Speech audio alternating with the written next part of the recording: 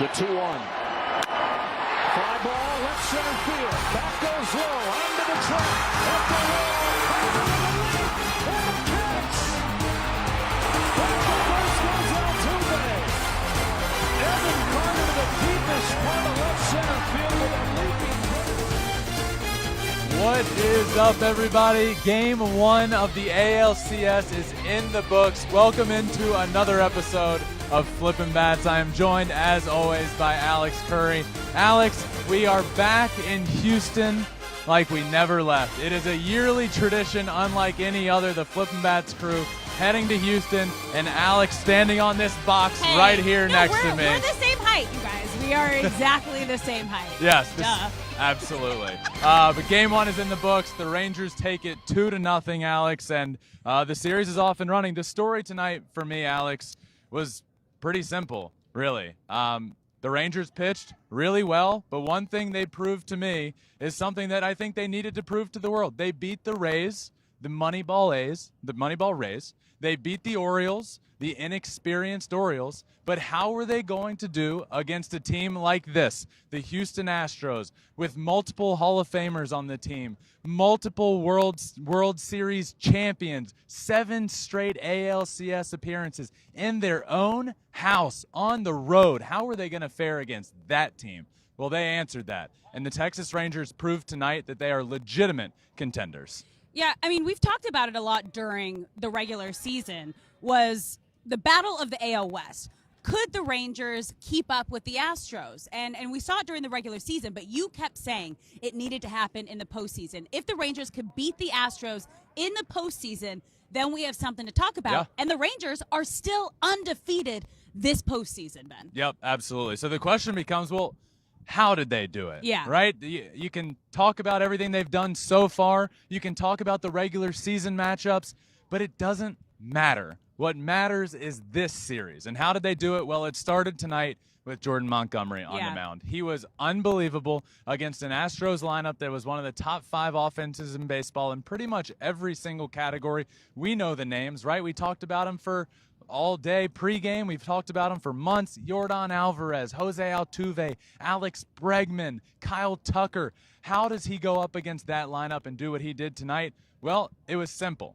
He hit his spots. His changeup was phenomenal, and he kept everybody off balance, including Yordan Alvarez, who struck out 3 times tonight. Since May 18th, nobody in baseball has less 3 strikeout games than Yordan Alvarez. We saw it here tonight in Game 1 of the ALCS. So, look, Alex, I faced Jordan Montgomery many times in my career. He was a pitcher in the New York Yankees organization, top draft pick out of South Carolina. I faced him a ton, probably 50 to 60 times in my career. And I could tell when he was on, and you could tell when he was off. And tonight, you could tell immediately he was on. He's not a guy that throws 100 miles an hour. He's not going to throw breaking stuff at 90-plus miles an hour. But what he does is he hits his spot, and his changeup is one of the best changeups I have ever seen. And we saw it tonight. He made Alex Bregman look silly a couple times with that changeup. He made Yordan Alvarez look silly a bunch of times tonight. So how does he do it with his stuff? He hits his spots. You could look at the Game Day app if you were watching and see his pinpoint control tonight. Jordan Montgomery was fantastic, and to me, that's reason number 1 that this Rangers team has proven to everybody that they're legit contenders. They have an ace. Yeah. And it ain't Jacob deGrom right now. It's not Max Scherzer right now. Who is available. It's Jordan Montgomery. Yeah. So that's number 1. Next up, Alex, even though we didn't see it tonight, this Rangers team is here tonight in the ALCS because of their offense. Mm-hmm. They won this ball game 2-0. They haven't even flexed their muscles yet on this series, right? That's their strength, is Marcus Semien, Corey Seager, this dominant offense that had one of the best run differentials through the first half of the year that we have ever seen in history.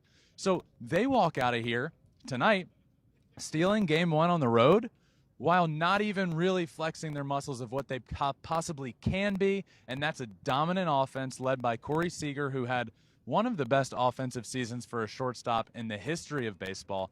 But what they've done with this lineup, I love this team's lineup because you have a mixture of really aggressive guys at the plate, Marcus Semien, Corey Seager, I mentioned those guys. But then this lineup has completely changed from the first half of the year to now.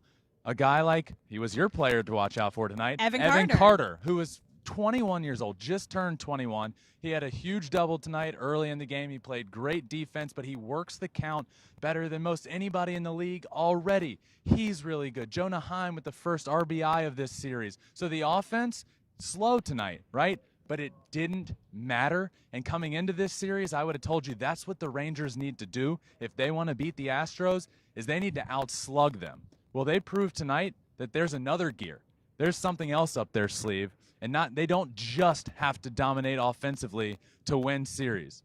They can do it from pitching well as well. But watch out for that offense for the rest of that series. That's going to be huge for them.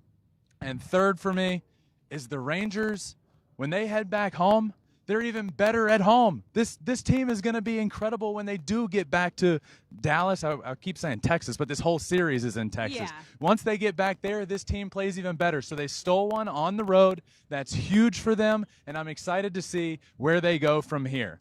Lastly, their bullpen, okay? Bend, but don't break. That's what it did tonight. We've talked all week long leading up to this about this bullpen and how it's not great. They've really struggled throughout the season. Well, guess what? Not anymore. Was it close? Sure. Alex Bregman hit a ball, an absolute rocket to left center field off of Aroldis Chapman. Were they dominant? No, but guess what? They didn't have to be dominant. They were good enough. And if this bullpen for the Rangers can be good enough, look, they had a high 4s ERA in the regular season. They have a low 2 ERA in the postseason. That's all they need to do for this Rangers team to dominate, and that is why the Rangers were able to prove tonight that they are legitimate contenders. So what you're saying and what I'm hearing from all of this is that the Rangers have a legitimate chance after coming to the reigning World Series champs in their house, stealing Game 1. They have all the pieces that they need to not only get to the World Series, but possibly win the World Series. Absolutely. Yeah, we know the offense is good. We've seen the starters are good, and if this bullpen is pitching the way they have, they absolutely can not only win this series, they can win the World Series. But I mentioned the bullpen a bunch. One of their best pitchers on this team is Jose Leclerc, the closer of this team. He's been really good throughout the postseason. I was able to catch up with him post-game, talk about their ability to come in here on the road in Game 1 of the playoffs and win this series, and also the bullpen, how they've been able to change it around. So let's listen to that interview now. All right, here with Jose Leclerc. First off, Jose, Game 1 of the ALCS. You guys have come in this building. The Astros have been one of the best teams in the American League for 7 years now. How are you guys able to come into this environment and beat the Astros in their home? Nosotros hemos estado preparados para ser campeones. Yo siento que nosotros nos hemos preparado súper bien. El equipo ha estado enfocado, dando el 100%, y yo siento que eso nos ha ayudado a nosotros a ser mejor. Yeah, we're super focused on coming in here and playing against some of the champions that they have been, and the guys are just playing really well together. How fun was it to watch Jordan Montgomery pitch tonight? What'd you see from him? It's unbelievable. What I think is he's one of the guys I always like. I say he's the guy who we think like he not come from our team. He come from another team. Yeah. He do 100% everything he do. He want to be better. He did a tremendous job. I say. And I hope that we got sign him back next year. Yeah. Jose, the bullpen this year, it's been a big talk of this postseason, the Rangers bullpen. In the regular season, a high 4 ERA, and the postseason, a low 2 ERA for that entire bullpen out there. What changed when the season got to October? Lo que yo creo que nosotros nunca nos desenfocamos, seguimos tratando de mejorar. Hubieron muchos momentos que estábamos arriba y abajo. Yo siento que el equipo no se ha desenfocado, el bullpen ha seguido trabajando para ser mejor, y yo siento que eso nos ha ayudado.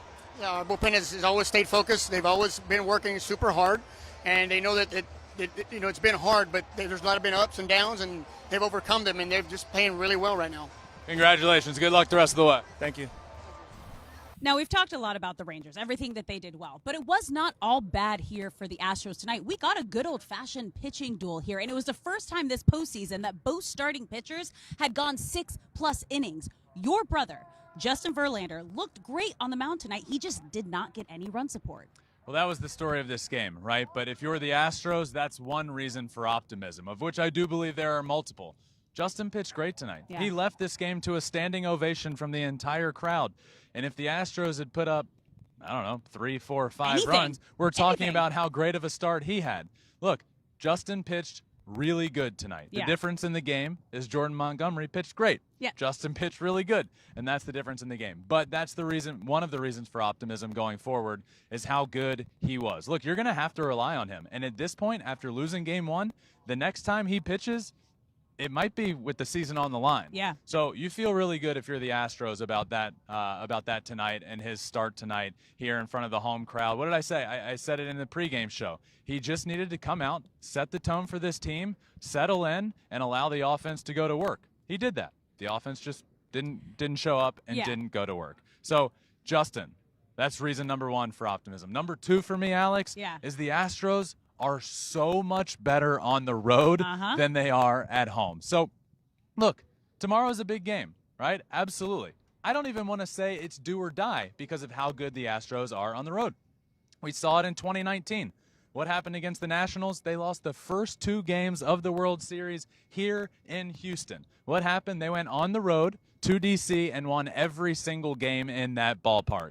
So they have the second most regular season home runs on the road in all of baseball. This team thrives on the road. That's what they do. They've embraced the villain role from around the league. They love going on the road. They love hitting first. They love scoring first. This Astros team, reason for optimism, you're heading on the road here soon after this next game, and you feel very confident that you can go in there and win 3 games in a row and get this series back under control. Lastly, for the Astros, Nate Eovaldi is going tomorrow. One of the best postseason pitchers we've seen in a long time.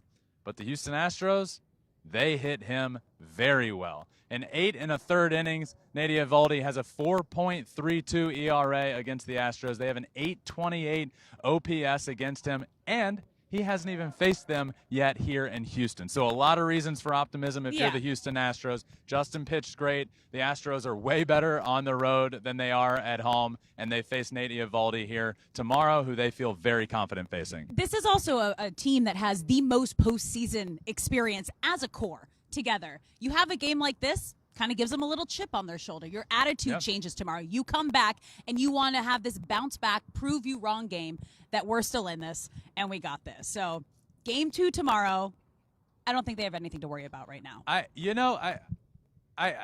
would say I do think you have something to worry about, and you feel you have reason for optimism, right? But this team, who you dominated in the regular season, you've been dominating for years, came into your home and took your first game from you with your ace on the mound, took it in your home. You're not feeling great about that. Add on top of that, the team that wins game 1 of a best-of-7 series has about a 65% chance of going on to win that series and advancing to the World Series, and that's what the Rangers did here tonight. So are the Astros confident they can come back? Absolutely. It's one game. But this was a bit of a punch in the face here tonight, Alex. It was. Game 2 is tomorrow, 4:30 Eastern on Fox, but we also have the NLCS kicking off game 1 tomorrow night, and it's the Zach Attacks. We have Zach Gallen going up against Zach Wheeler tomorrow. I mean, they're 2 best guys. This is going to be a great matchup. Alex has been so excited for approximately 2 hours to be able to say the Zach Attack tomorrow. Come on, it was cool. No, I'm just jealous. Everyone at home I'm laughed, just too. jealous Thank that you. I didn't get to say it, okay? Welcome. Look, game 1 of that series, NLCS, kicks off tomorrow. You have the Phillies, who are the heavy favorite in that series, against my fighting Diamondbacks, who just need to go out and create as much chaos as possible. Really, really good pitching matchup tomorrow. Zach Gallen against Zach Wheeler. They've both been really good in the playoffs. They're both one of the best pitchers in the game of baseball. I'm excited to see what the Diamondbacks can come out and do. Look, it's a hostile environment there in Philadelphia. In fact, I would go as far to say it's the best environment that I've been around in a playoff baseball game. It really is. Those fans are remarkable. It's a great crowd. The Diamondbacks all week long have been preparing for this series by practicing at their field with loud fan volume blaring over the speakers. Yeah, that's not going to help them. That's not going to help them. That's not even going to compare. It is not going to help them. But what could help them is how young their team is and unaware, it appears, of the moment that they're caught up in. And Corbin Carroll, though one of the youngest players in the league, has proven to be a leader of this team offensively. There is no moment too big. I talked to Corbin Carroll multiple times this year. There's no moment too big for this kid. Why? Because he was born to play baseball. Every single field, once you get over, like 12 years old, every field has bases that are 90 feet apart. The pitching mound is 60 feet, 6 inches away, and the pitcher's going to be releasing the ball about 60 feet, 6 inches away from you as well. And how are you going to handle that? Corbin Carroll's the perfect leader. There is no moment too big for him. I'm excited to see what this team does. But, Alex, one thing I do want to say about this series, what have I said about the Diamondbacks for this entire postseason of how they can win? Just create chaos, right? The Phillies have the ultimate guy that can take that away from them in JT Realmuto, one of the best catchers in baseball, defensively perhaps the best catcher in baseball at throwing guys out on the bases. I think he could be the X factor of that series, and that all gets started tomorrow night. I love how you tried to call it your fightin' D-backs when it's definitely the fightin' Phillies. And you mentioned the home field advantage, 14-1 in their last postseason home games. I mean, that is a tough thing to come into. Yes, I think it helps the D-backs that you don't know what you don't know. They don't have the experience. The Phillies have, I don't want to call it pressure, but they have all the upper hands. Is that a thing? All the upper hand in this one? At least two. They have at least two of the upper hands. I don't know how many they got. But it's going to be fun. This is going to be a great one tomorrow night happening after Game 2 here in Houston. I told y'all. I was waiting for it. To watch out for the Snakes. Watch out for them this series. The Phils are good, but the Snakes are good too. But the Phillies are the most dangerous team in the postseason.